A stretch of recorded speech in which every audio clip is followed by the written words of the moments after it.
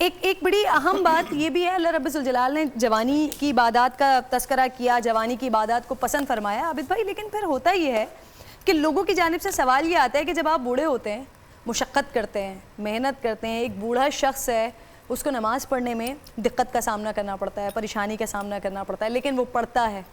اور ایک جوان شخص سے میں اگر نماز پڑھتی ہوں یا مزید جو لوگ ہیں تو ہمیں شاید اتنی پریشانی نہیں ہوتی جتنی ایک بوڑھے کو ہوتی ہے. گھٹنوں میں تکلیف ہوتی ہے، جسم میں تکلیف ہوتی ہے، سجدہ کرنے میں تکلیف ہوتی ہے، رکوع کرنے میں تکلیف ہوتی ہے، قیام کرنے میں تکلیف ہوتی ہے. تو وہاں پر لوگوں کا یہ سوال آتا ہے کہ جب اتنی مشقت کے ساتھ عبادت کی جا رہی ہے اللہ کے آگے، تو اللہ رب الجلال نے جوانی کی عبادت کو کیوں پسند فرمایا جو آسانی سے ہو جاتی ہے؟ ذرا اس پر روشنی تو ڈالیں. بسم اللہ الرحمن الرحیم. آج کا موضوع بہت اچھا ہے، ہمیشہ کے موضوعات کی طرح. ایک چیز کلیئر کرتا ہوا چلوں کہ اللہ رب العزت جب اپنے دین کا کام لیتا ہے تو وہ ضروری نہیں کہ ایک نیک اور ولی اور پارسا آدمی ہو اسی سے لیا جائے. سبحان اللہ. وہ ہم جیسے گنہگاروں سے بھی لے لیتا ہے. ان اللہ لا یعید ھذا الدین برجل وہ فاجر. وہ رجل فاسق سے بھی لے لیتا ہے. وہ چاہے تو ترکوں کے کتوں سے بھی لے لیتا ہے.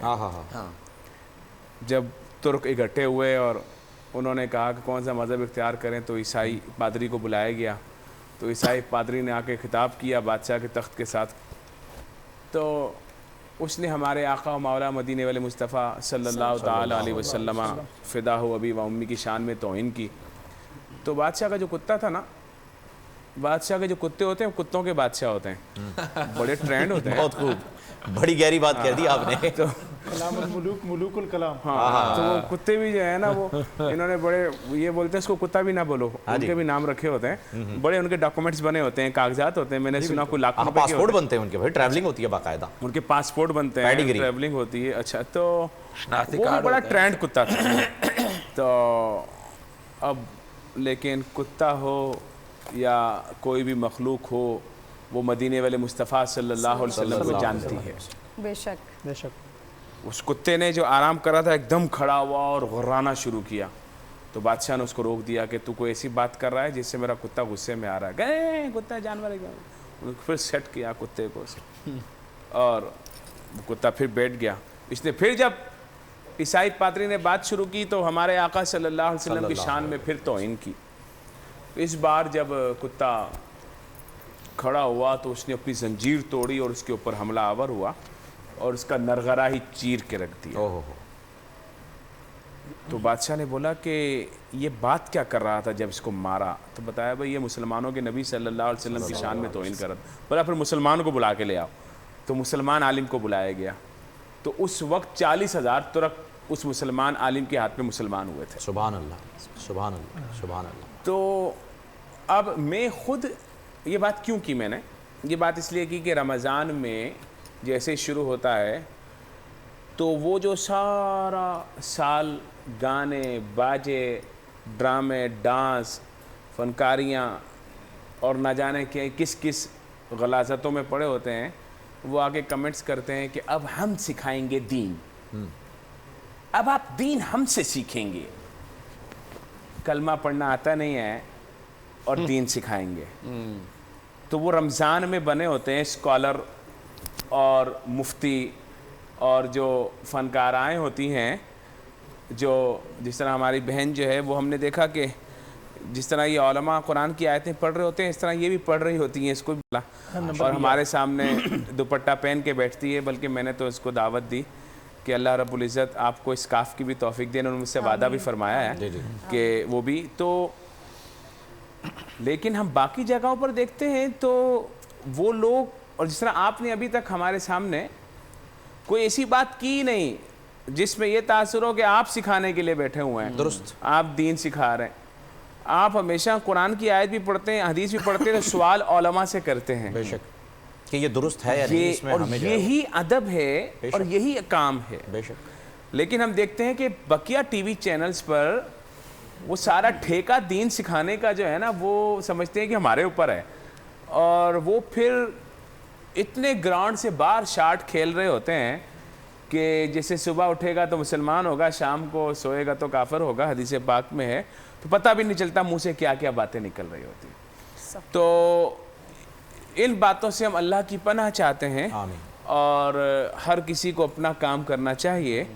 اور یہ کلیریفیکیشن اس لیے ضروری تھی کہ جو میرا بھائی ہمیں دیکھ رہا ہے وہ یاد رکھے کہ یہ دو جو احباب ہیں، دو جو لوگ ہیں، یہ ہم کو یا آپ کو دین سکھانے کے لیے نہیں بیٹھے، بلکہ کتابوں میں لکھا ہوا ہے کہ السؤال نصف العلم، سبحان اللہ، سوال ہی آدھا علم ہوتا ہے۔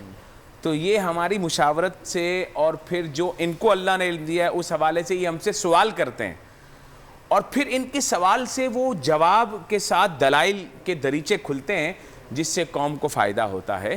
تو یہ سوال کرتے ہیں، اور یہ بہت اچھے سوال کرتے ہیں، یہ دین کے جواب نہیں دے رہے ہوتے، دین کے جواب ہم لوگوں سے لے کر دیتے ہیں۔ تو ایسا ہی ہے نا جی، علامہ صاحب آپ بھی تائید کرتے ہیں نا جی۔ تو اب جو ہے وہ میں اصل بات کی طرف آتا ہوں۔ قرآن مجید فرقان حمید کی آیت میرے سامنے ہے، ارشاد فرمایا وَلَا تَمْشِ فِي الْأَرْضِ مَرَحًا إِنَّكَ لَن تَخْرِقَ الْأَرْضَ وَلَن تَبْلُغَ الْجِبَالَ طُولًا۔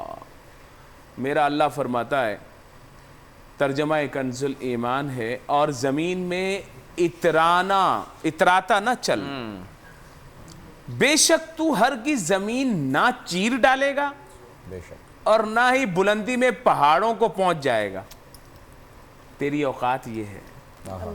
تو زمین میں اتراتا نہیں چل، اور زمین میں اتراتے چلتے ہی جوان ہے، بوڑھا آدمی نہیں چلتا اتراتا، اکڑ کے چلتے ہیں۔ ہاں، اکڑ کے ٹشن ہی الگ ہوتے ہیں نا، ٹور ہی الگ ہوتی ہے، کرو فر الگ ہوتا ہے، جتنا پاور آتا جاتا ہے اتنا گردن میں سریا، بلکہ اب تو گارڈر آتا جاتا ہے، ہاں جی، درست۔ تو وہ تکبر اور وہ چیزیں تو ختم ہو جاتی ہیں، اور اگر کوئی الیکشن جیت جائے تو پھر تو جناب کمال ہی ہو جاتا ہے، پھر تو اینڈ، پھر تو کپڑوں کے ساتھ ساتھ خود کو بھی کلف لگ جاتا ہے۔ ہاں، خود کو بھی کلف لگ جاتا ہے۔ اور ہاں، قرآن مجید فرقان حمید کی جو یہ آیت کریمہ میں نے پڑھی ہے، اس میں بڑے واضح طور پر ہمیں بتا دیا گیا، اور اللہ رب العزت نے اپنے جو عزت والے بندے ہیں ان کی شان قرآن مجید میں یہ بیان کی، وعباد الرحمن، سبحان اللہ، جو اللہ کے بندے، جو رحمان کے بندے ہیں، سبحان اللہ، وہ جب زمین پہ چلتے ہیں ہاں ہاں تو کس حال سے ہوتے ہیں؟ آرام۔ اس پہ وہ بھی مفتی صاحب بتا دیجئے نا کہ جب فتح مکہ کے بعد آقا صلی اللہ علیہ وسلم آ رہے ہیں تو کیسے آ رہے ہیں؟ یہ ہے عباد الرحمن یمشون فی الارض۔ ہاں، جب زمین پہ چلتے ہیں تو عاجزی انکساری میرے آقا علیہ السلام نے جو کر کے دکھائے، بے شک بے شک، کہ فتح ہو رہی ہے، 10,000 کا لشکر جرار ہے، سامنے کھڑے ہونے کی ہمت کسی میں نہیں ہے، لیکن اپنے اونٹ کی کوہان سے سر مبارک ٹچ ہو رہا ہے، اللہ اللہ اللہ کہ امامے کے جو وہ ہوتا ہے وہ ہل گئی ہیں، امامہ ہل گیا ہے، امامہ ہل گیا، وہ ٹچ ہو رہا ہے بار بار، عاجزی سے، ایسا نہیں سر اٹھا گئے ایسے، نا آج فرمایا جب فتح بھی کر لو تب بھی یہ حال ہوتا ہے، ابھی تو فتح ہی کچھ نہیں کیا ہے تو ایسا حال ہوتا ہے ہمارا، ابھی تو گھر سے نکلے ہیں اور اس حال ابھی تو گھر سے نکلے ہیں تو پھر جو ہے نا وہ ہمارا حال ایسا ہے کہ ہم نے زمین آسمان الٹ پلٹ کر کے رکھ دینا ہے، اور دھمکیاں اور بھرم تو ہمارے ختم ہی نہیں ہوتے ہیں۔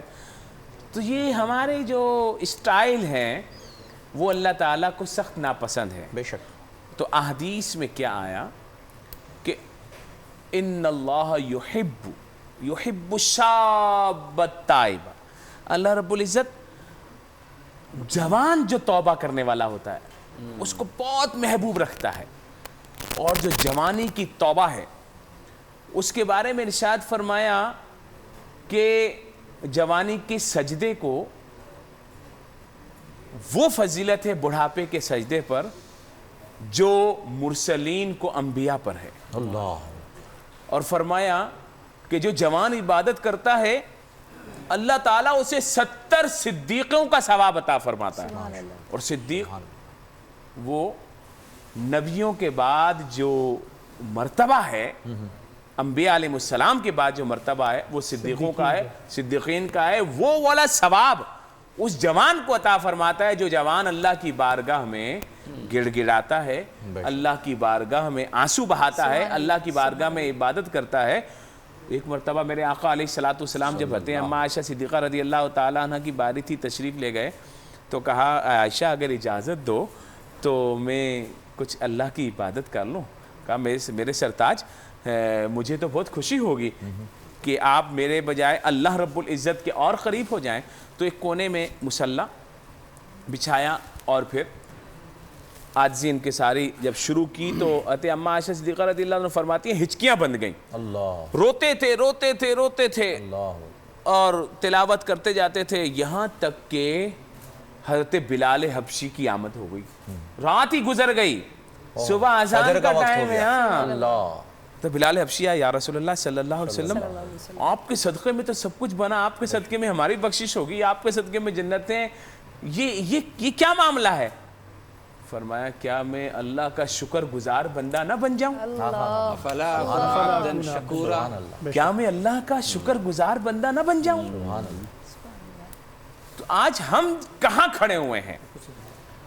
آج ہم عبادت بھی ریٹائرمنٹ کے بات کرتے ہیں. درست. جب ہمیں دنیا والے بھی ریٹائر کر دیتے ہیں تو پھر ہم جا کر مسجد میں چودھری بن جاتے ہیں.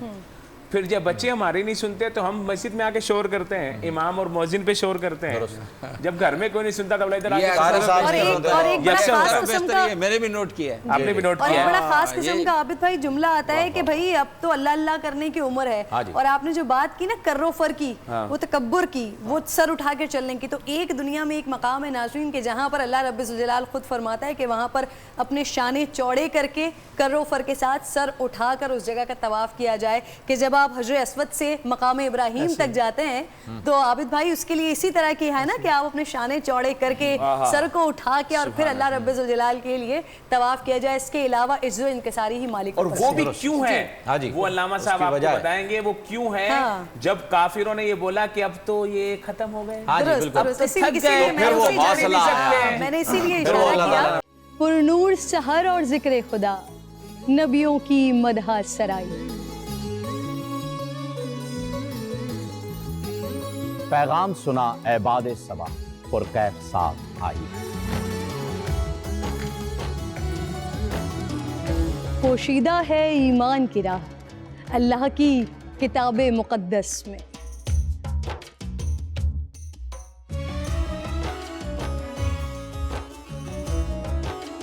بس غور و فکر کا در ہے کھلا حکمت سے سجی اس محفل میں. ہے لب پہ دعا زدنی علم, روشن ہی رہے یہ سارا جہاں. رم جھم رحمت کی گھٹا ہر ایک نے ہدایت پائی. نعمت اور برکت سے سجا افطار و سحر کا دسترخواں. ننھے پھولوں نے مل کے کہا آج روزہ کشائی ہے. رمضان المبارک کی خصوصی نشریات رمضان میں بول.